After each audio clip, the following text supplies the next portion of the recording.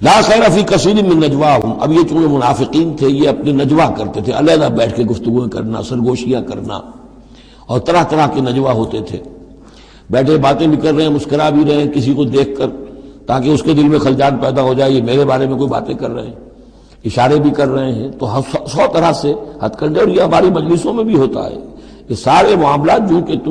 انسانی معاشرے کے اندر جیسے ہوتے تھے آج بھی ہوتے ہیں۔ لا خیر فی کثیر من نجواہم، یہ جو نجوا کرتے ہیں، سرگوشیاں کرتے ہیں، ان میں سے اکثر میں کوئی خیر نہیں ہے۔ الا من امر بصدقۃ، ہاں ایک بات ہو سکتی ہے، خاموشی سے کسی کو علیحدگی میں لے جا کر کسی صدقے کی اس کو تلقین کی جائے کہ بھائی دیکھو تمہیں اللہ نے غنی کیا ہے، یہ محتاج ہے میں جانتا ہوں،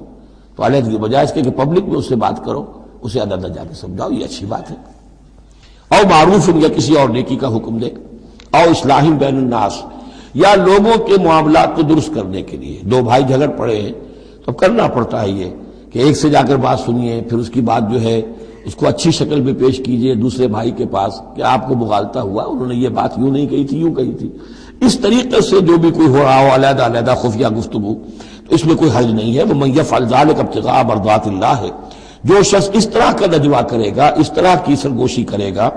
اللہ تعالیٰ کی رضا جوئی کے لیے، فَسَوْفَ نُؤْتِيهِ أَجْرًا عَظِيمًا، ان کو تو ہم اللہ تعالیٰ جو ہے ہم دیں گے بہت بڑا اجر۔